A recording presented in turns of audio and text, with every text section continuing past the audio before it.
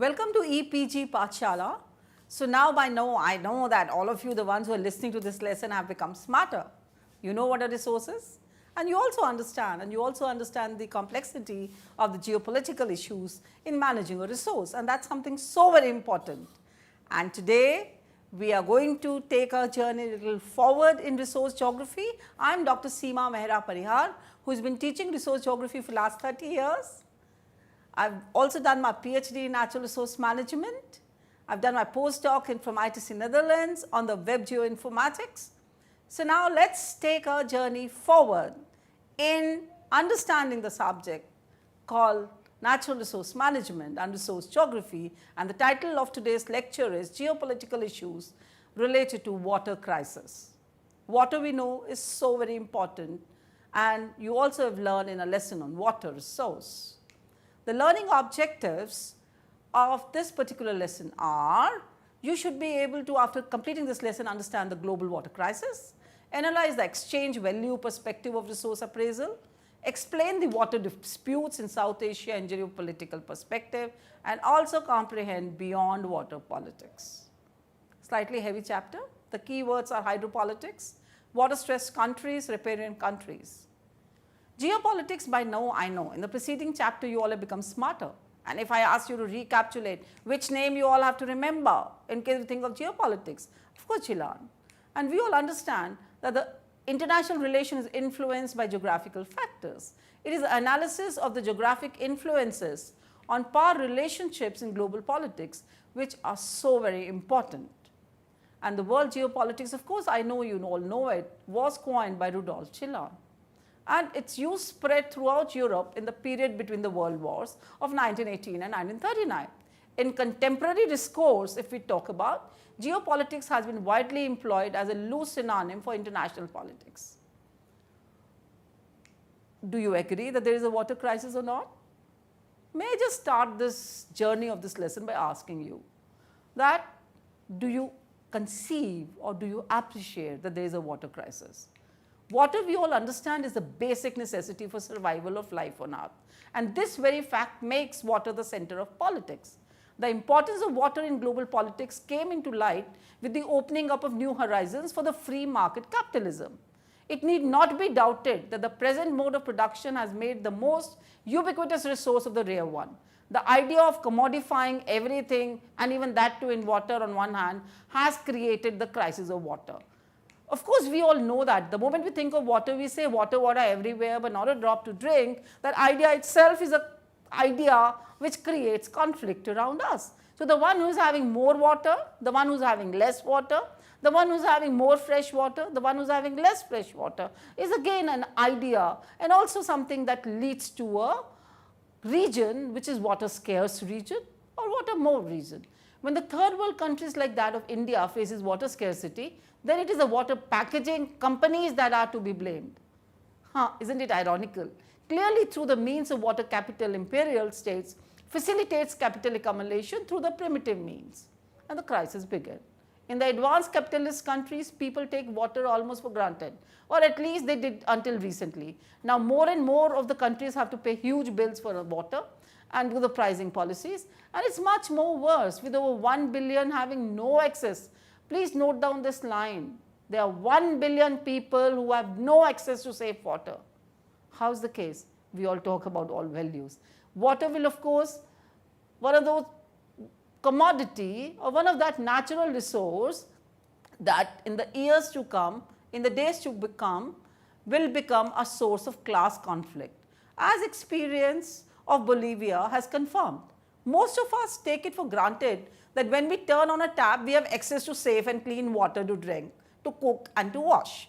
However, 20% of the world's population, over 1 billion people, lack access to safe drinking water, and about 2.6 billion people, 40%, imagine 40% has no access to basic sanitation. Isn't this a situation to feel sorry for? The issue of water is one of the largest public health issues, but access to water is primarily a class issue. Without question, the world water crisis condemns billions of people to a perpetual struggle to survive at the subsistence level.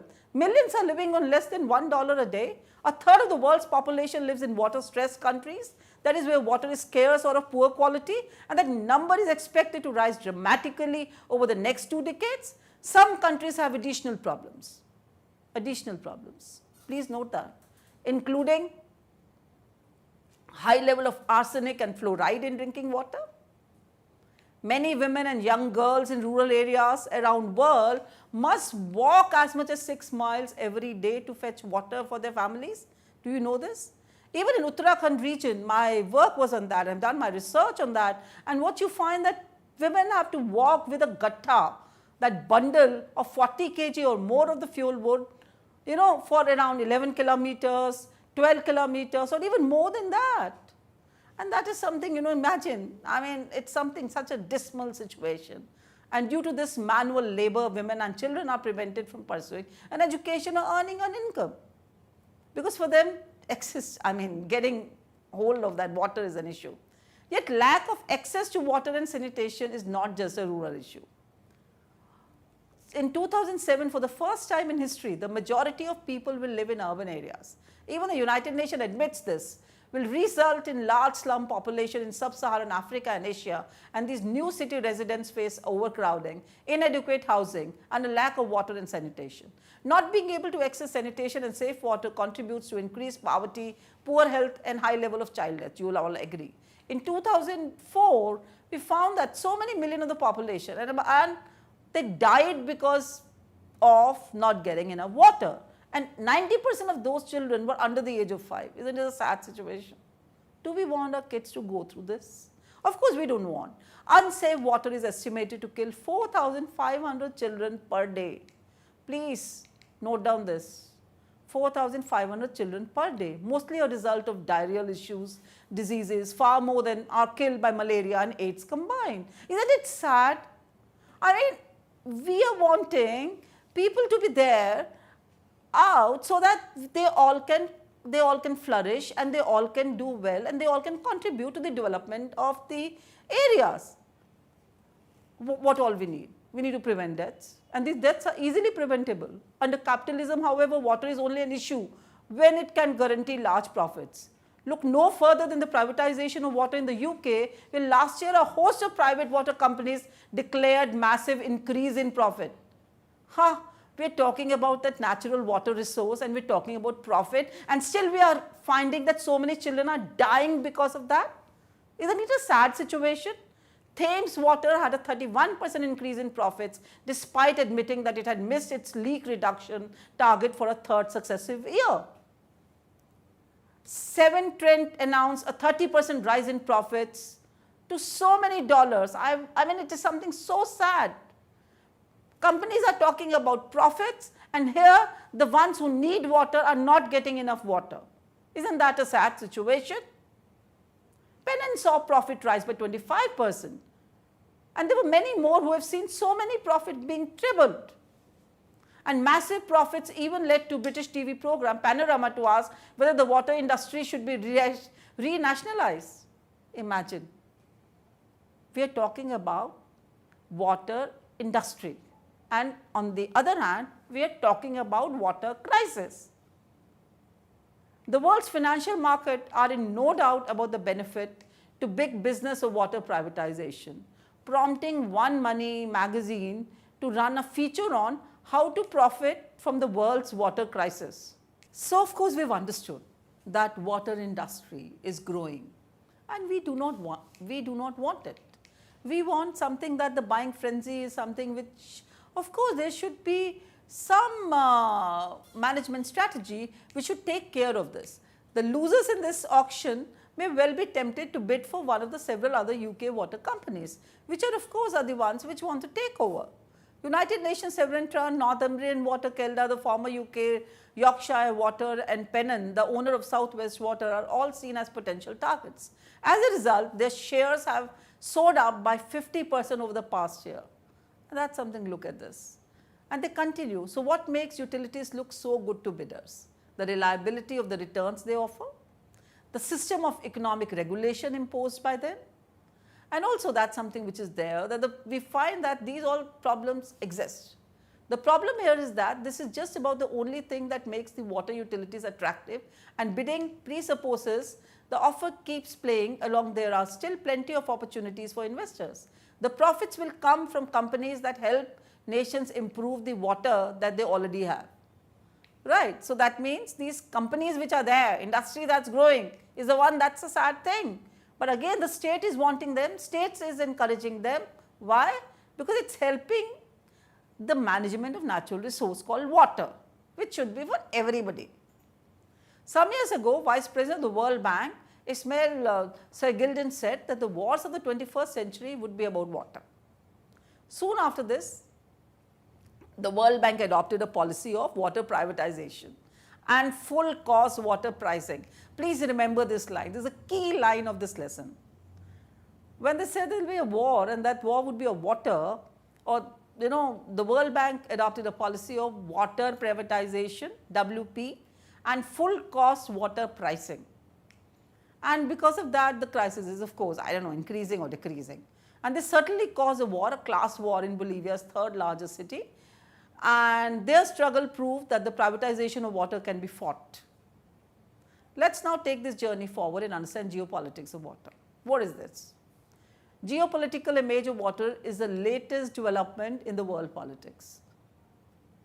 This emergence is backed by global financial capital expansion.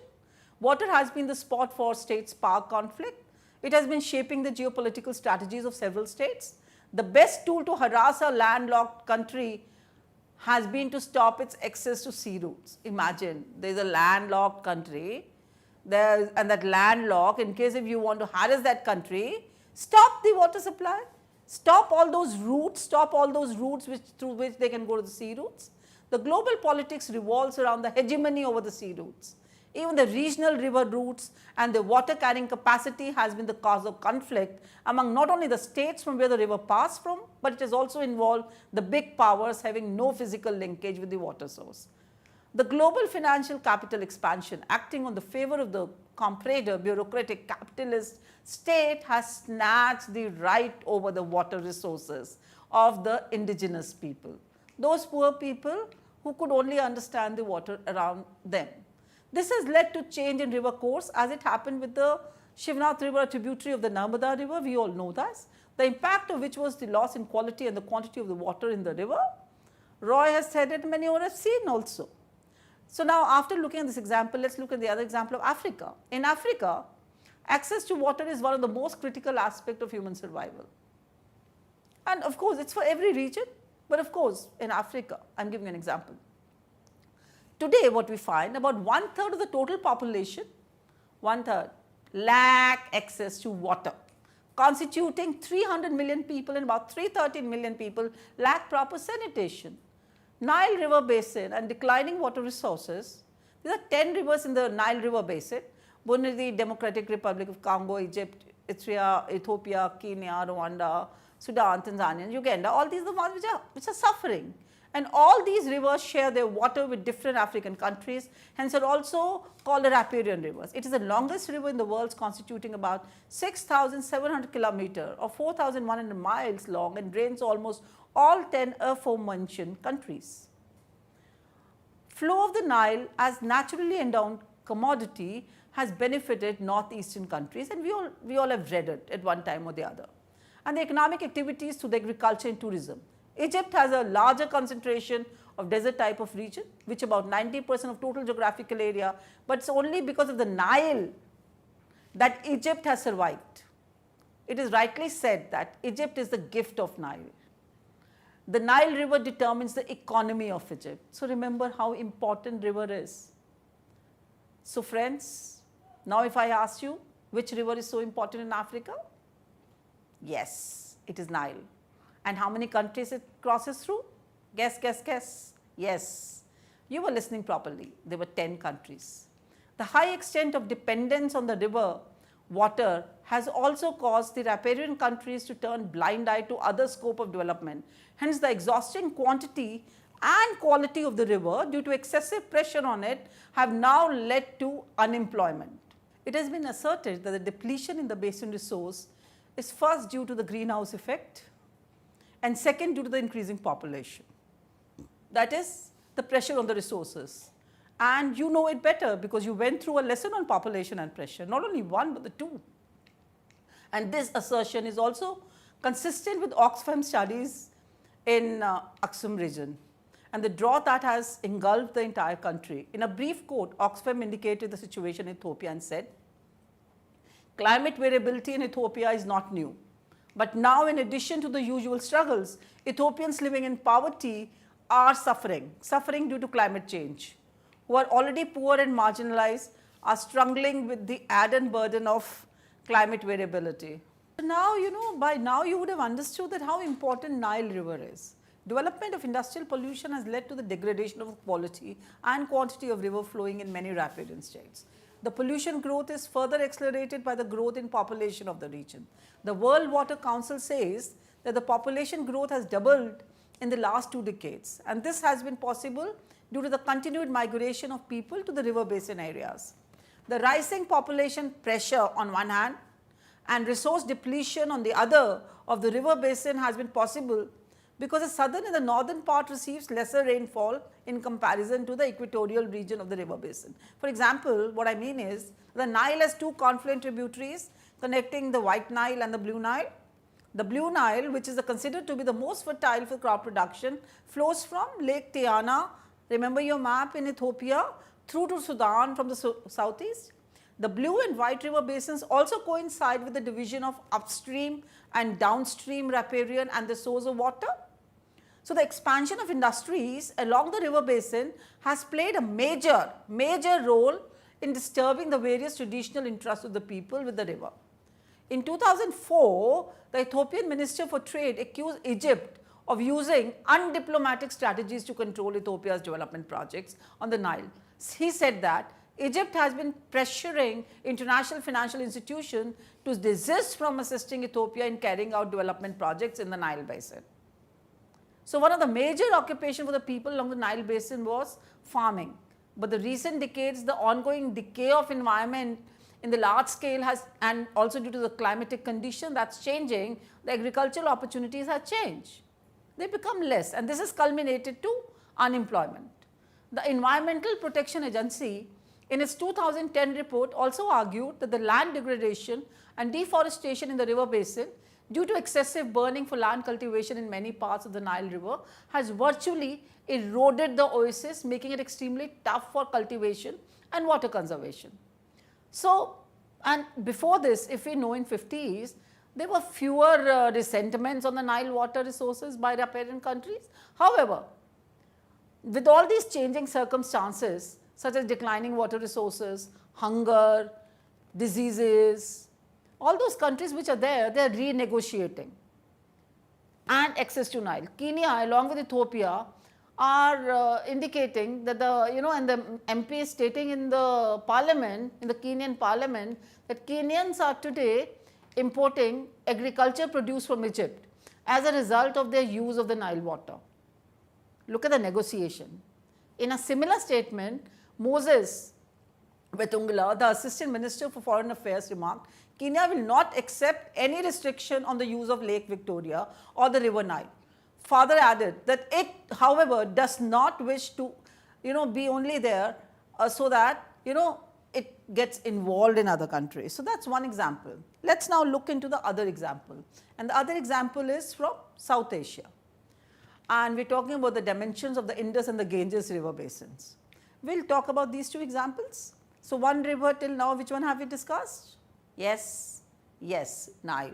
And where was this Nile? In Africa. And we saw those 10 countries which were being impacted.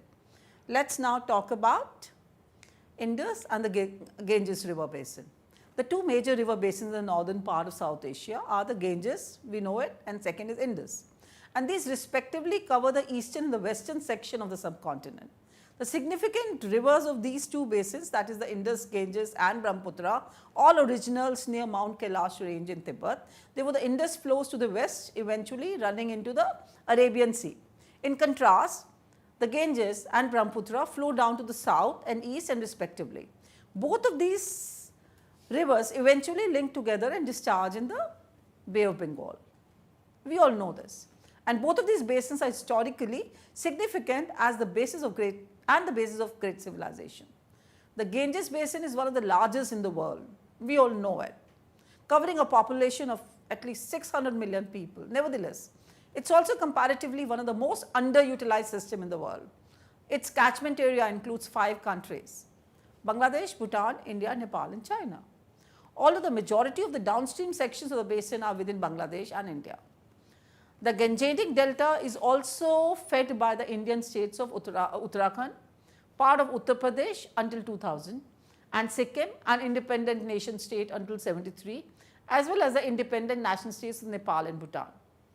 Indus Basin is ostensibly a much simpler geopolitical situation than the Ganga Basin, since it only involves 2 countries.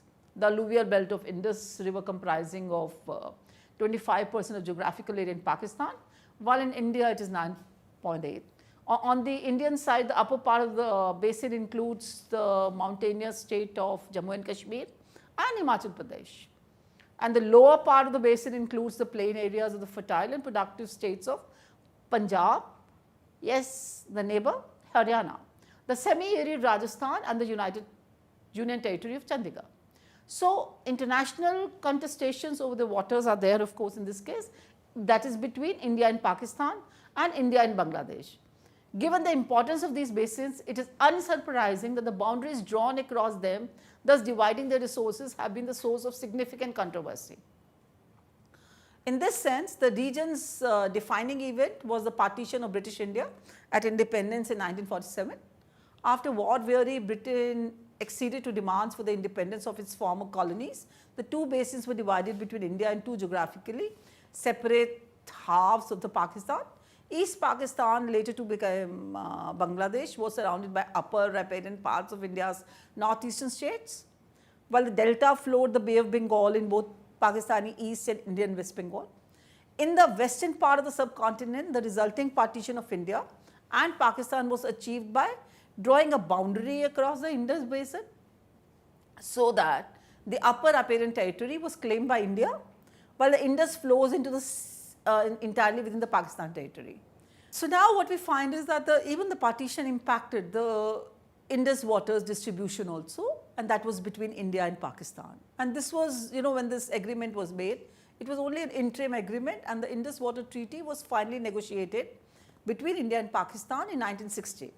This gave India the eastern river Ravi, Beas and Sutlej, and Pakistan the western river Jhelum, Chenab and Indus itself.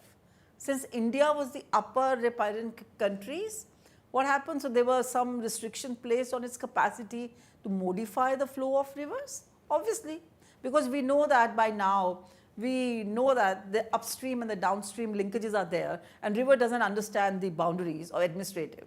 So believe that the Indus Water Treaty is a significant example of bilateral cooperation between 2 nations that otherwise remain largely mired in seemingly intractable conflicts. Advocates of this position note that the treaty was not abrogated even during the 65 war between the 2 nations. Great, something really great. However, this largely ignores the historical contingencies that was so important in constraining both the nations or any action. The agreement between India and Pakistan was largely brokered with the assistance of the World Bank, and although there was the appearance of concession, India was able to achieve different objectives.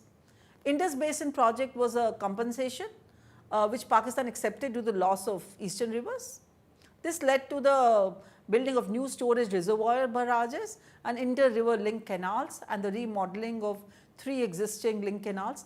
The most visible reserves includes the dam at Tarbela, the world's largest earth-filled dam, and the Mangla and Chashma. The main purpose of this infrastructure was irrigation, with power as a secondary objective. Indus Basin project was financed via the Indus Basin Development Fund, IBDF, which included contribution from the World Bank bilateral donors and a fixed contribution from India. So now, so in recognition of the fact that India was the upper riparian country for the western rivers, which were allocated to Pakistan, there were certain restrictions which were placed for different capacities, the flow of these rivers, so that the Pakistan's lower riparian rights are not impeded, obviously.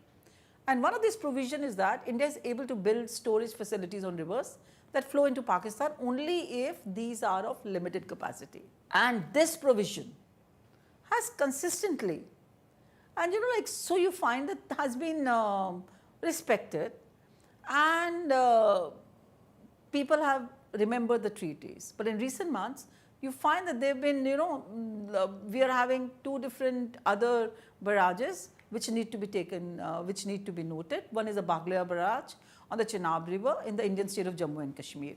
So one has to, then that means these treaties, in case if there is a sharing of water, there is a water crisis, or not even water crisis, simple human use of water resource.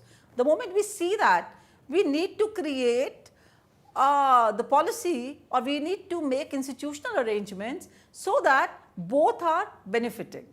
Obviously, ultimately what we want everybody to get enough use of that water. So just now I gave you two different examples and which you have noted. Yes, let's just recapitulate which are these two examples. One of Nile, second was of Indus water. Now let's look at the water politics beyond water. Let's just look at it. And so now what is the way forward from this conflict is to look for a system in which there is some means to permit people to have access to resources. I hope you will agree. The use value of the resources has to be kept intact. The shifting from use to power value will no doubt benefit the rich imperial powers, but the poor and the resource deficient countries would have to surrender its sovereignty to the cause of global finance capital. The flow of river which does not know the artificial man-made national or state boundaries in tandem with the water flow should be maintained. But in the present system, where capitalization of most human emotions is undergoing conflicts, are bound to arise. Water is a humankind asset and it should be enjoyed jointly with every being on earth. Of course, all of us know this. What is this? That water is a humankind asset and it should be enjoyed jointly with every being on earth. So, what is the word to remember? Humankind asset is one. Second, enjoyed jointly with the welfare of everybody on this terra firma. So let's all strive our hands towards it. So what have we learned today? And is that do not commodify every natural resource, and especially water. And we of course have financial capital expansion. Water has been the spot for states' power conflict. It has been shaping the geopolitical strategies of several states. The use value of the resources has to be kept intact. The shifting from use to power value will no doubt benefit the rich imperial powers. Let's try to pray. Let's try to help. Let's try to guide people in finding ways so that everybody around us do not suffer because of the lack of water. Thank you very much. Hope you enjoyed this lecture. I enjoyed it at least. I know you all did it. Thank you very much.